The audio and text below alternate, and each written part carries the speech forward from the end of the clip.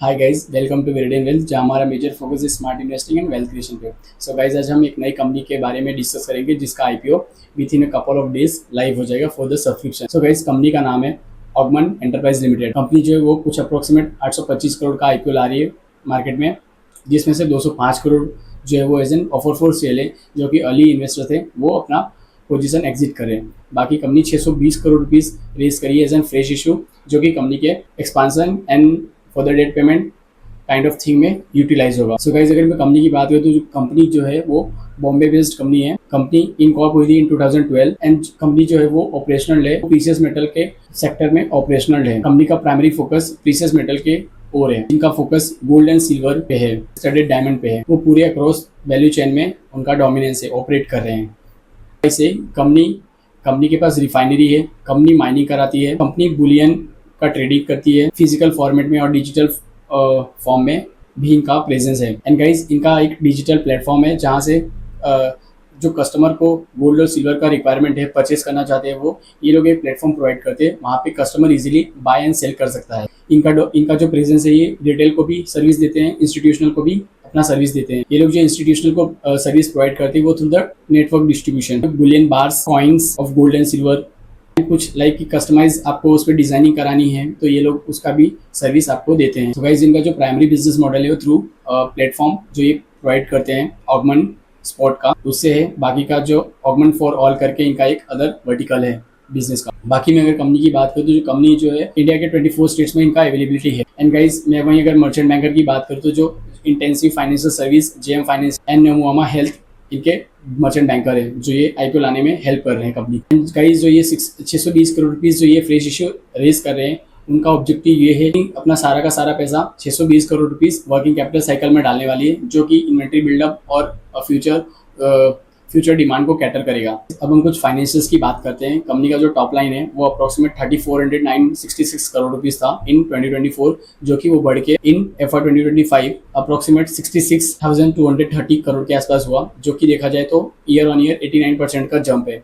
Then in recently जो FY 2026 and हुआ है, उस पर कंपनी का जो टॉप लाइन था कुछ 94,186 करोड़ के आसपास था, जो कि 25 से 26 का कंपेयर करें तो अप्रोक्सीमेट इनका जो ग्रोथ आ रहा है वो 42% के आसपास आ रहा है। एज एन अर्लियर डिकोड की इनका जो बुलियन ट्रेडिंग इस सब में इनका रिफाइनरी वगैरह चलाते हैं, तो इसमें क्या होता है, EBITDA मार्जिन बहुत ही कम होता है।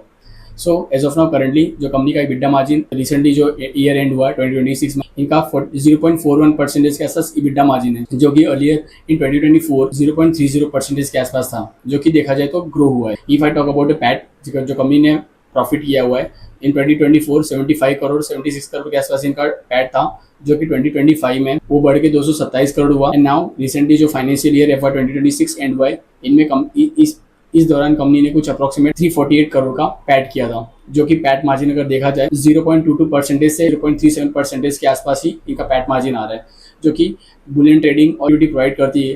बिकॉज कंपनी एक प्लेटफॉर्म प्रोवाइड कर रही है आपको, बायो सेल कर रहे हो, तो उसमें से जो कमीशन आ रहा है वही इनका जो है रेवेन्यू है, इनका प्रॉफिट है। सो गाइस, अगर मैं कंपनी की बात करूँ तो कंपनी के पास 2024 में 55 करोड़ के आसपास बोरोइंग था, जो कि डिक्रीज होकर 12.5 करोड़ के आसपास बोरोइंग्स ले गई। एंड मैं अगर एट दैट सेम टाइम अगर बात करूँ तो 187 करोड़ के आसपास इनका रिजर्व एंड सरप्लस था, जो कि वो बढ़ के as of now currently 932 crore के आसपास हो चुका है। एंड मैं अगर ROC एंड ROE की बात करूँ तो कंपनी ने 40-45% के ऊपर मेंटेन किया हुआ है। एंड गाइस, अगर मैं वही कुछ वर्टिकल्स की बात करूँ, लाइक कि इन्होंने कितना सोना बेचा है फ्रॉम लास्ट 2024 से 2026, अगर देखा जाए वो नंबर भी ग्रोथ हुआ है। कुछ 44 मिलियन टन इन्होंने 2024 में बेचा था सोना, जो कि वही इंक्रीज होके 53.4 मिलियन टन पहुंच चुका है। एंड मैं वहीं अगर मैं सिल्वर की बात करूँ तो वो भी ग्रो हुआ है। इन 2024 759 मिलियन टन के आसपास ये लोग सिल्वर का वॉल्यूम किया था, जो कि वो ग्रो होके करंटली 1049 मिलियन टन के आसपास पहुंच चुका है। और मैं वहीं अगर मैं गोल्ड रिफाइंड इन्होंने कितना किया है वो नंबर देखा जाए तो मोरलेस डिक्रीज हुआ है, मोरलेस स्टैग्नेंट भी बोल सकते हैं हम। वो 2024 में 15% के आसपास था। एज ऑफ नाउ करंटली जो पास्ट फाइनेंशियल ईयर एंड हुआ है उसमें 13.5 मिलियन टन इन्होंने गोल्ड को रिफाइन किया हुआ है। अर्ली 15 मिलियन टन था, जो कि 13.3 के आसपास इन्होंने डिफाइन किया हुआ है। मोरलेस डी ग्रोथ ही हुआ है। एंड मैं वहीं अगर मैं गोल्ड और सिल्वर मार्केट की बात करूँ, जो मार्केट है वो 21% के CAGR से टिल FY 30 तक ग्रो करेगी as per the big institutions reports. And digital gold is also growing with the CAGR of 17% till FY 30। Guys, मैं वहीं अगर मैं इनकी मैन्युफैक्चरिंग प्लांट की बात करूँ तो इनका एक पहला मैन्युफैक्चरिंग प्लांट रुद्रपुर उत्तराखंड में है, दूसरा बॉम्बे में है, तीसरा मैन्युफैक्चरिंग प्लांट जयपुर में है। वहीं जो इनका उत्तराखंड वाला जो मैन्युफैक्चरिंग प्लांट है वो लेस देन 1% कैपेसिटी यूटिलाइजेशन पे कंटिन्यू ऑपरेशनल है। बाकी मैं बॉम्बे की बात करूँ तो अप्रोक्सीमेट 8 से 9% के आसपास यूटिलाइजेशन रेट है। वहीं अगर मैं जयपुर की बात करूँ जो इनका थर्ड मैन्युफैक्चरिंग प्लांट है वहाँ पे 47-48% के आसपास कैपेसिटी यूटिलाइजेशन है, जो कि कंपनी वो दो प्लांट को उतना ऑप्टिमम यूज तरीके से यूज नहीं कर पा रही है लाइक जयपुर। एंड गाइस वहीं अगर मैं सीएफओ की बात करूँ तो जो सीएफओ इनका 2 साल में पॉजिटिव था वो इस रिसेंटली जो फाइनेंशियल ईयर एंड हुआ है उसमें इन्होंने नेगेटिव दिखाया हुआ है। 2024 96 करोड़ के आसपास इनका नेट सीएफओ था, जो कि एज ऑफ नाउ रिसेंटली जो फाइनेंशियल ईयर एंड हुआ उसमें इन्होंने -4 करोड़ का दिखाया हुआ है। उसका रीजन दिखा मेरे को, इनका जो ट्रेड रिसीवेबल है वो बढ़ गया है 143 करोड़ से। इनका जो करंट लाइबिलिटी है वो बढ़ गया है कुछ अप्रोक्सीमेट 938 करोड़ के रुपीज से। सो गाइज वहीं अगर मैं टोटल बैलेंस शीट की साइज की बात करूँ तो अप्रोक्सीमेट 12,056 करोड़ के आसपास है, जिस 57 करोड़ रुपीज जो है वो as a non current asset है। बाकी का बचा हुआ अप्रोक्सीमेट 1200 करोड़ रुपीज वो as an current asset company के बैलेंस शीट में दिख रहा है। इसमें अगर मैं करंट लाइबिलिटी की बात करूँ तो कंपनी के पास अप्रोक्सीमेट करंट लाइबिलिटी जो बैलेंस शीट में स्टैंड अप है अप्रोक्सीमेट 316-17 करोड़ के आसपास दिखाया जा रहा है। एंड नॉन करंट लाइबिलिटी जो है वो अप्रोक्सीमेट 7.5 करोड़ के आसपास। टॉप 10 सप्लायर्स है 75%, 74% का कंट्रीब्यूशन है। एंड वहीं टॉप 10 कस्टमर्स इनके टोटल रेवेन्यू में 52% के आसपास कंट्रीब्यूशन दे रहे हैं। एंड वहीं अगर जियोग्राफिकल डाइवर्सिफिकेशन की बात करूँ तो महाराष्ट्र से अप्रोक्सीमेट 63% ऑफ रेवेन्यू आ रहा है, बाकी का 12% गुजरात से आ रहा है। मतलब ये दोनों को कंबाइन किया जाए तो मतलब huge proportion of revenue coming from these 2 states only.